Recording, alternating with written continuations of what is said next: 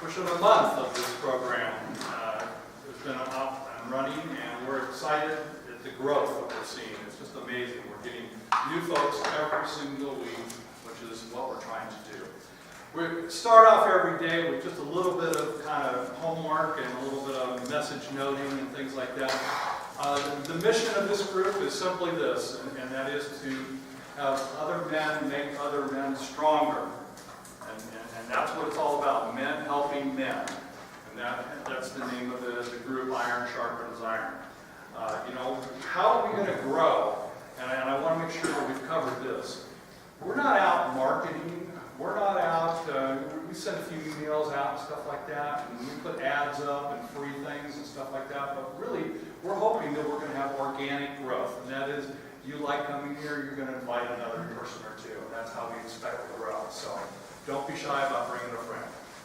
We're sending out, in fact, I've got business cards over at the table.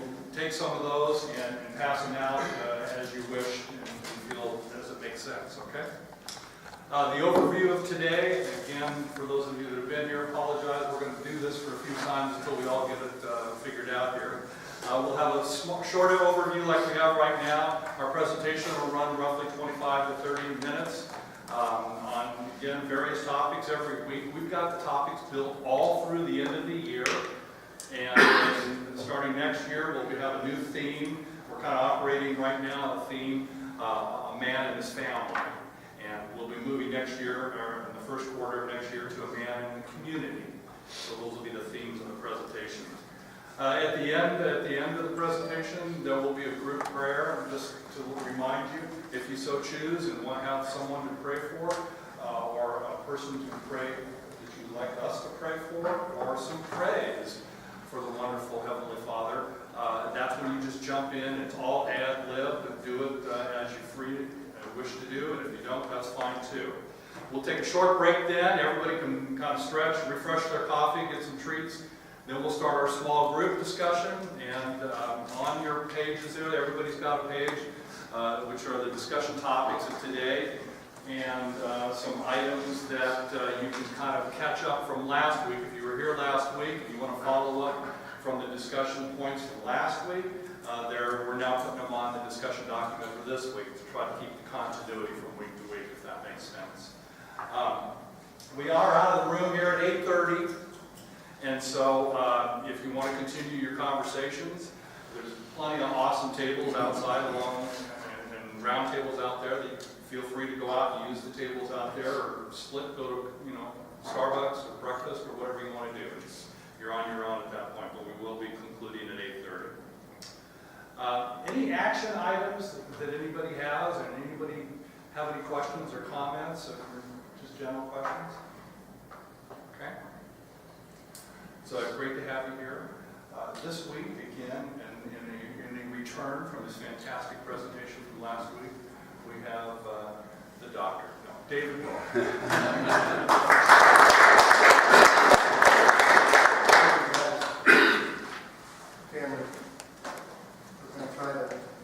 Technology thing there again.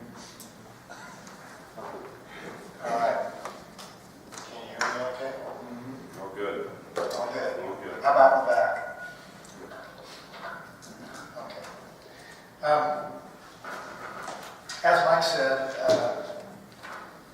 we're kind of on a family-centric theme for the first couple of weeks here, the last couple of weeks. And last week we talked about the family-centric man, and talked about things like what is our family, and how are we significant to the family, our nuclear family and our larger family in the community, and what's our purpose. And I hope that, because I really hadn't considered purpose in my view or my vision of the future. And since doing a little bit of research last week, I found that I have purpose, but I just really have never defined it. And so I hope that that helped you guys, help me maybe define what your purpose is, specifically in how we represent the Lord. So today, as you can see on your sheet in front of you, we talked about how to have a deeper relationship with your spouse. And so that's kind of what the overall title was, but in keeping with our iron sharpens iron thing, I'm kind of renaming it to Iron Sharpens Crystal. A few years ago, in a sermon on this topic that we're talking about today, our pastor compared women.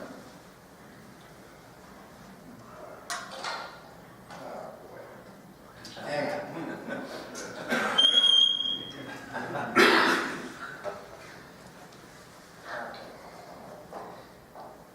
Compared women to a fine crystal goblet.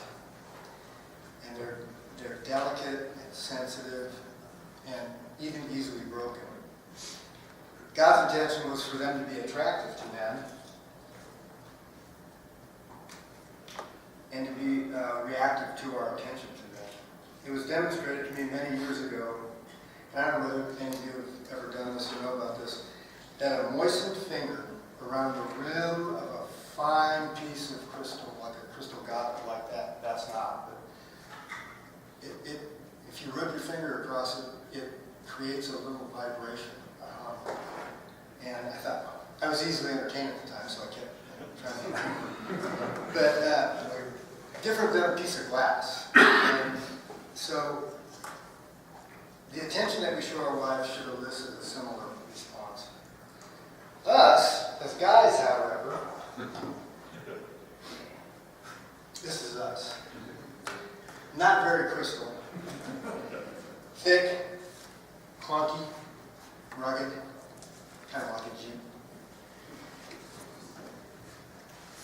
We aren't real sensitive unless somebody disagrees with us.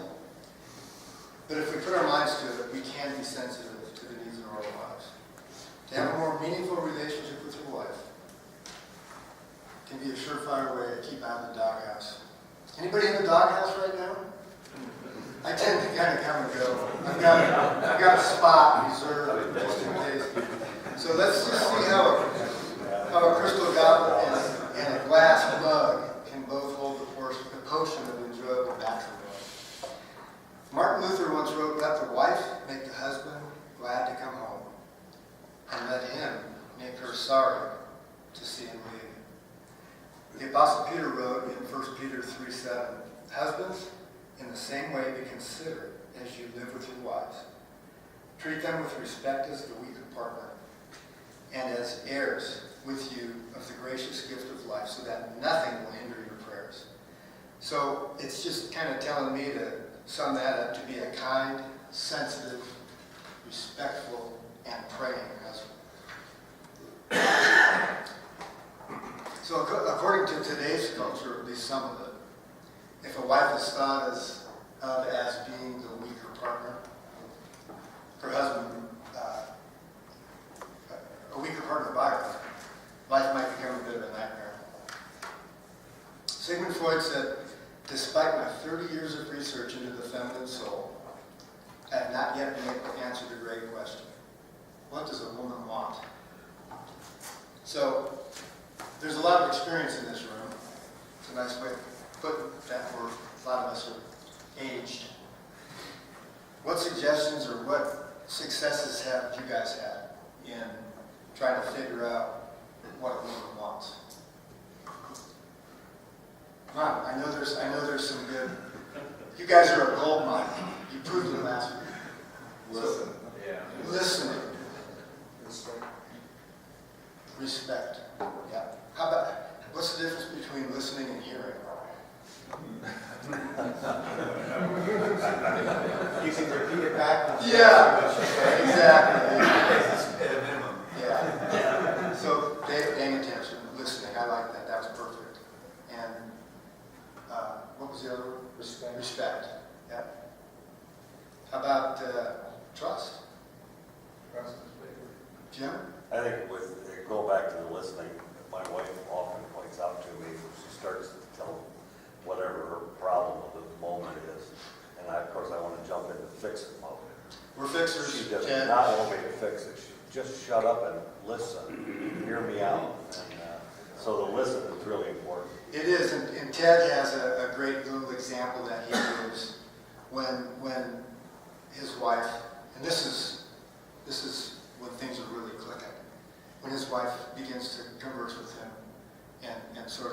stops for a second, takes a break, and he looks her right in the eye and goes, "Come on, give me some more. Tell me more, yeah. Tell me more." Ted's pretty special.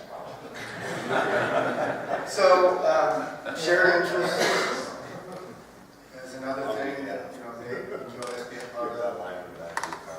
And I put down prayer time. And more and more, I found that when we practice praying together, we build off each other, we grow off each other. And I think that's probably about the most important time that my wife and I have together is our prayer time.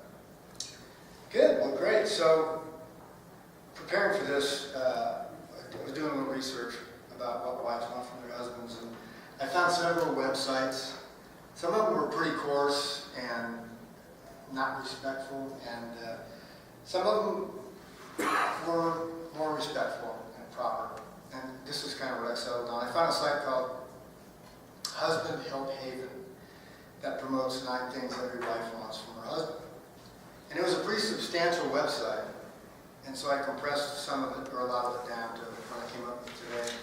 But it gives 9 solid expressions on how husbands can express to our wives to edify them as we walk together in this life.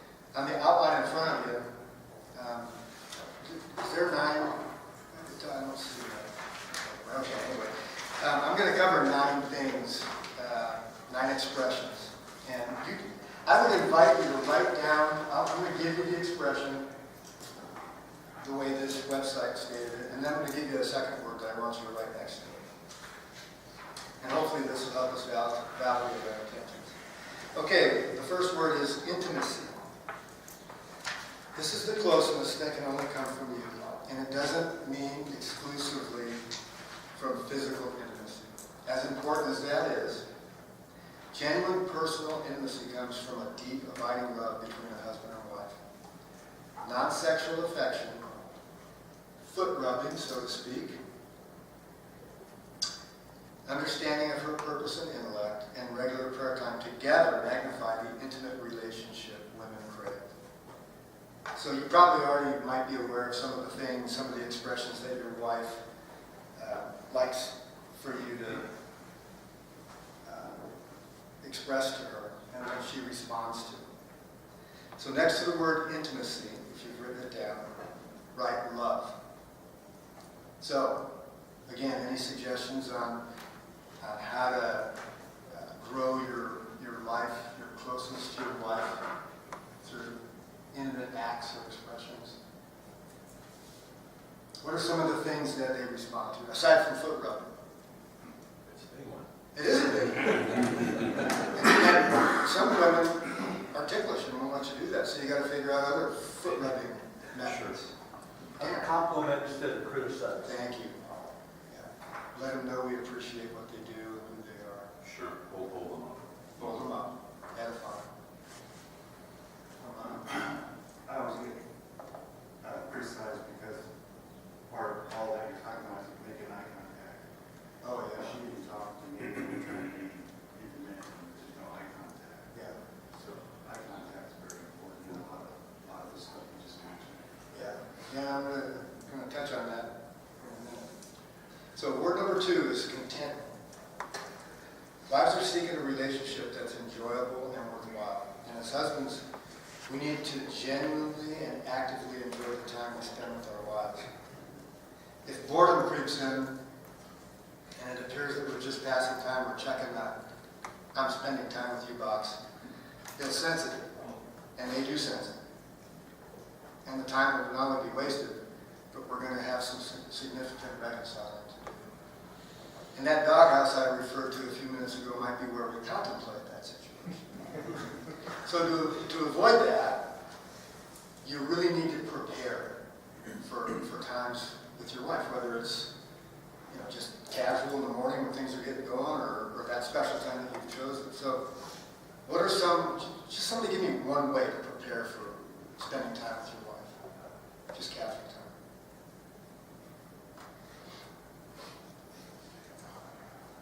Well, I hate the TV shows she watches, but I watch them. Okay, it's easy. It's a little.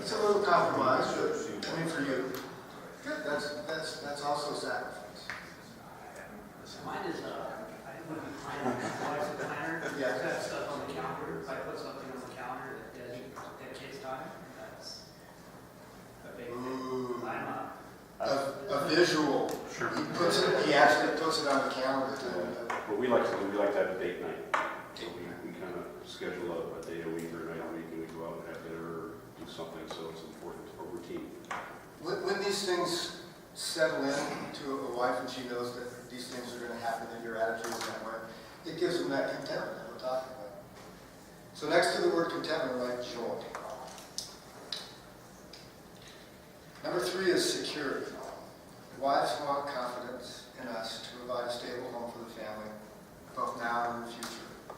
Security isn't limited to physical safety, but includes spiritual security. We talked last week about being that prophet, priest, and king of the family.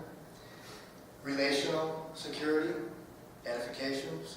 We just talked about building them up. Jim mentioned that. Encouraging, confirming what they're good at. That was mentioned. Being an advocate for them, telling them that we're proud of them. And financially, co-providing, planning, stewarding, all these ways are providing protection and security for her.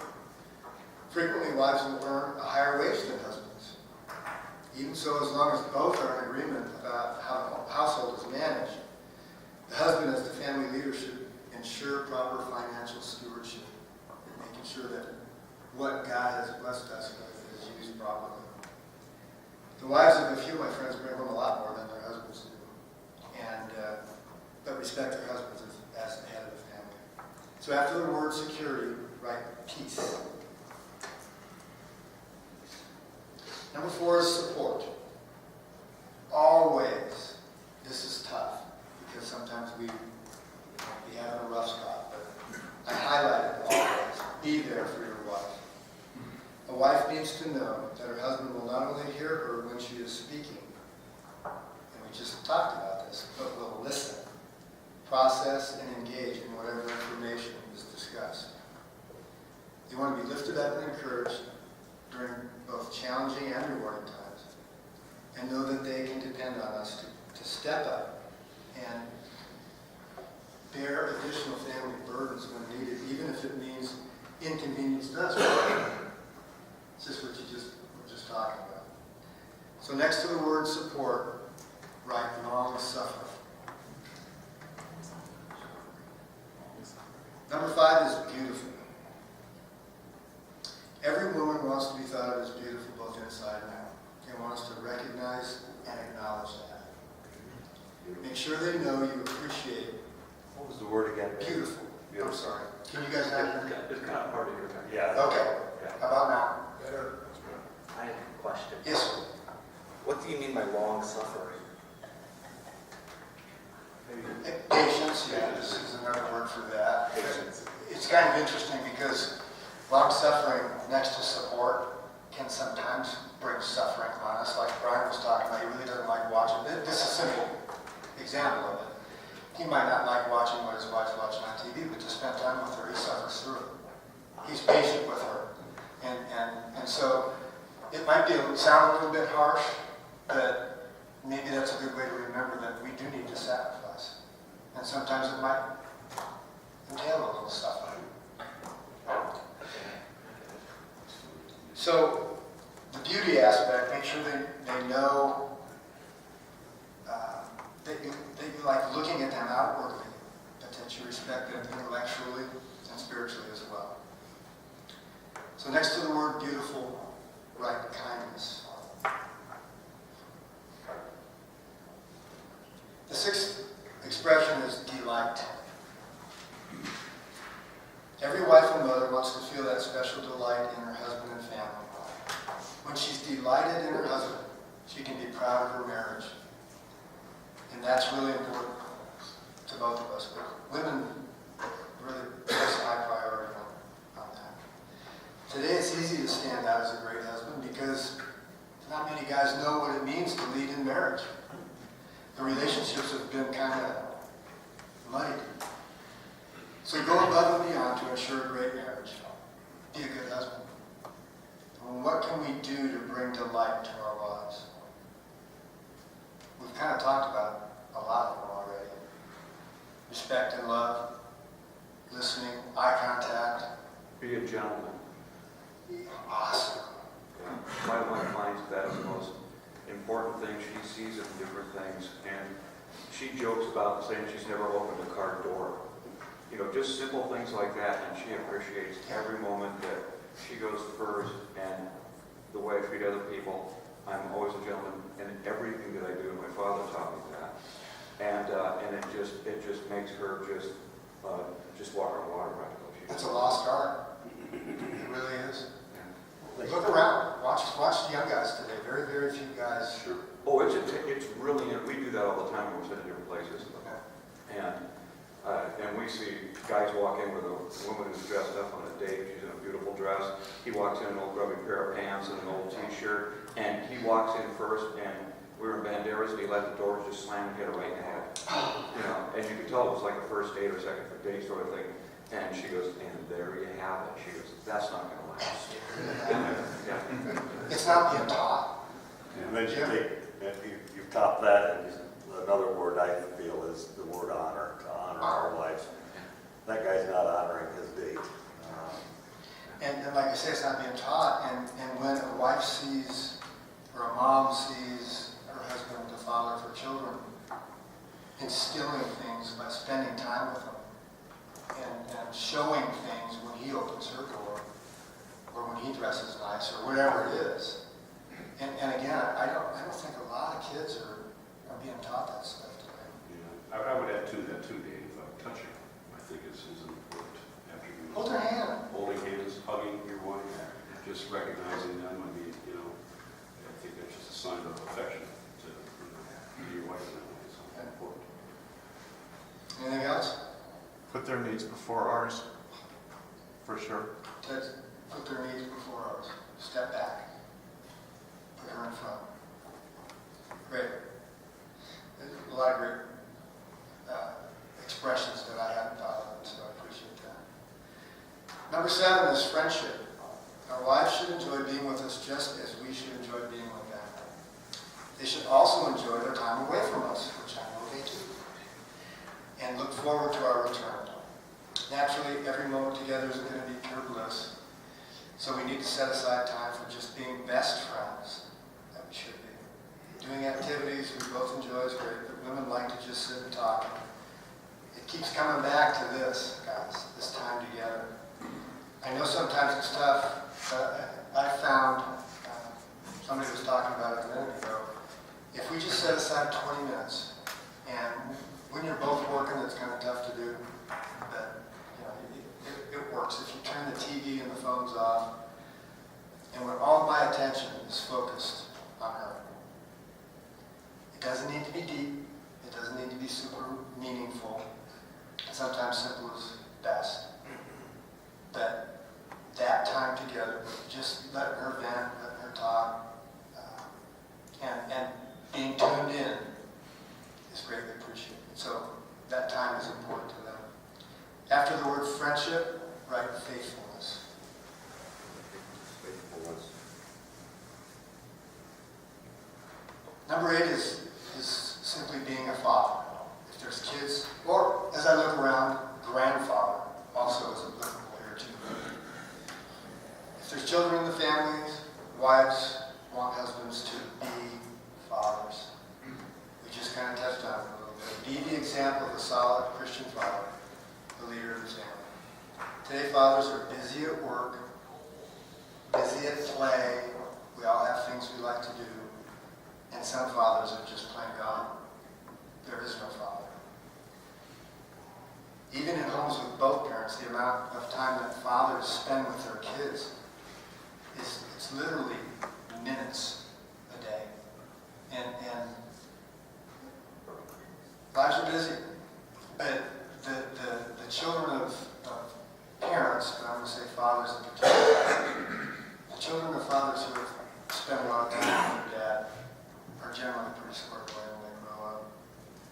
If we don't attend to our kids, they won't receive the blessings that only fathers can give and won't be equipped to parent when their time comes. Except in rare occasions when a father is replaced by a mentor, which is what we're talking about here in our iron sharpens iron. This is our goal, to be mentors. So being a family leader takes discipline and planning that pays off later in the lives of the children, but it also pays off later in the lives of the parents, because the issues that are avoided by good parenting down the road are fewer and farther between. They're going to be there, but hopefully not as severe. So once you're a parent, you never stop being one. After the word Father, write self-control.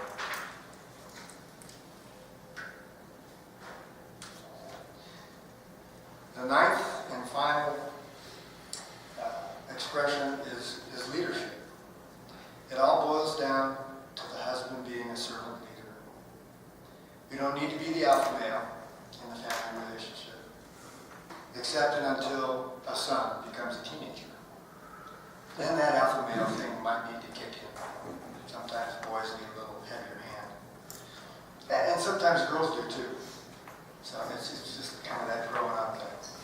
We do, however, need to make sacrifices for her and the family. Husbands that exhibit strength under control give the family a sense of trust. This kind of leadership is born out of fortitude, humility, and mostly love. Wives need to know that their husbands will put the family before themselves. And I think somebody mentioned that before. Stepping back, putting the family before you, even if it means not doing something that's really important to you. After the word leadership, write the word meekness. Okay, so you've got 2 rows of 9 words. Does anybody recognize the words probably on the left side of your, or the right side of your row? You know where they come from, Jeff? Galatians. Who said that? Yes. Galatians 5:22. And that scripture says, but the fruit of the Spirit is love, joy, peace, long-suffering, kindness, goodness, faithfulness, meekness, and self-control, which I've reversed those last 2. Against such there is no law. If we're extending those traits to everyone in our lives, especially those that we're closest to in our family, these things become promptings of the Holy Spirit at home with the people closest to us. And then if we're prompted by the Holy Spirit to express these things to our family, they're going to be expressed outwardly to all of the people we contact. Jesus is the perfect example of sacrificial love. As big as our God is, I'm sure he could have figured out a way to save us in a much less self-sacrificial way than coming and dying for our sins himself. But the value of it would have been much less. He reconciled us by stepping in front of us, like we were talking about doing for our wives and family, and taking the punishment we deserve. He showed us the greatest form of mercy, sparing us the punishment we deserve, and extending his grace, his favor to us. Talk about being blessed. We talked about being blessed last week. This is the ultimate blessing. He is the ultimate servant leader. He's our standard. He's our goal. I mean, he sets the bar for us. And we bring him pleasure when we walk under his outstretched arms, allowing him to work in and through us. Philippians 1:6 says, he who began a good work in you will carry it on to completion until the day of Christ. He started in all of us, and when we yield to him, we allow him to work in us and through us. So if we're yielded to Jesus and our wives, how does a visible, vibrant, loving, two-way relationship with our wives sharpen other men? How does a really good relationship based on Scripture and genuine love, how do we sharpen other men by exhibiting that kind of relationship? What do other men see? Yeah, we lead by example. Yeah.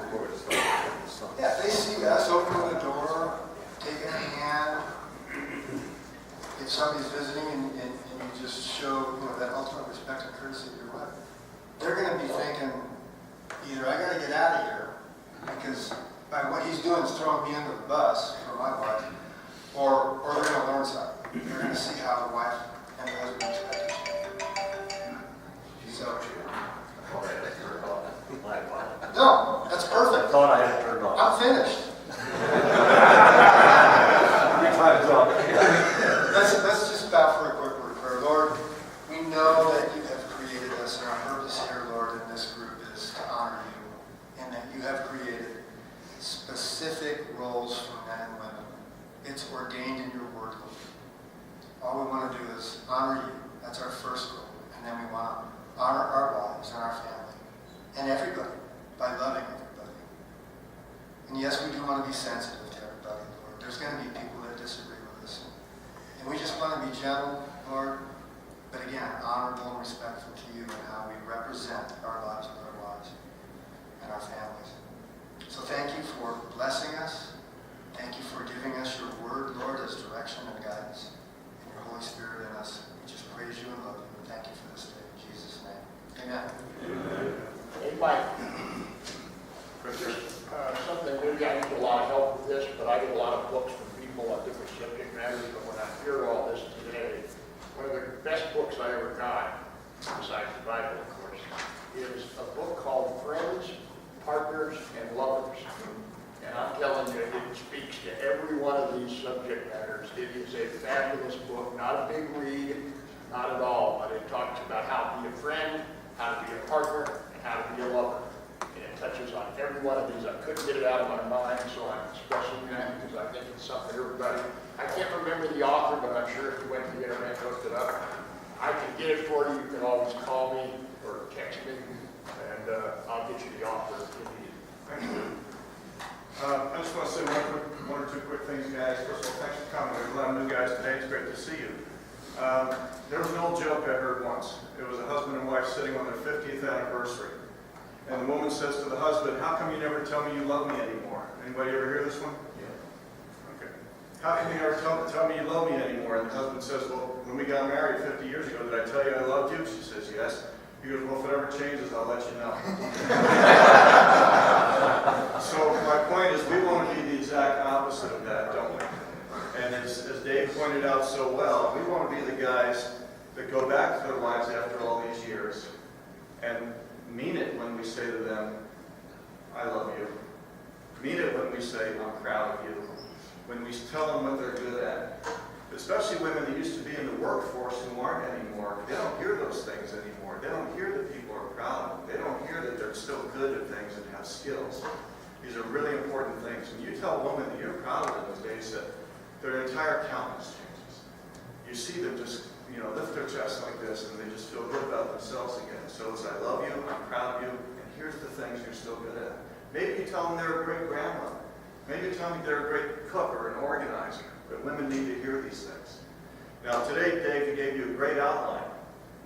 When you go home today, what we hope you would do, because you're here for a challenge, because you want to improve your life, is to go home with this piece of paper. And when you walk in the door, actually sit down, make eye contact, and have communication with your wife or your girlfriend and go over these points. I challenge you not to be afraid to say, of these 9 points, how am I doing? Don't be afraid to go on the 1 to 10 scale. If they give you a 2, suck it up. And you might not agree with it and say, "Okay, how can I improve?" And she's going to say, "What have they done with my husband?" Over that. I'm not kidding you. That's how your relationship is going to grow closer and closer, and she is going to want you to keep coming here because she's going to see the improvement. Hey, Tim. Yes, sir. Mark, stand up so everybody can hear you. So one thing that I think we should realize that in most cases, maybe not in all cases, our wives are going to outlive us. And at some point, they're going to look back and remember us and say, "I'm glad that man was in my life. I'm glad he was the father of my children. I'm so grateful he was part of my life." I think if you think about it that way, in a way, it might help us do these things better. Be better. Okay, the point is we're all here because we want to be better.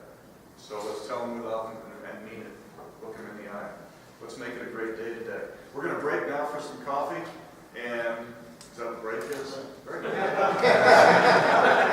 going to break and then we're going to come back in about 5 minutes and get in our small groups and we're going to work. We're going to stay focused from these questions today.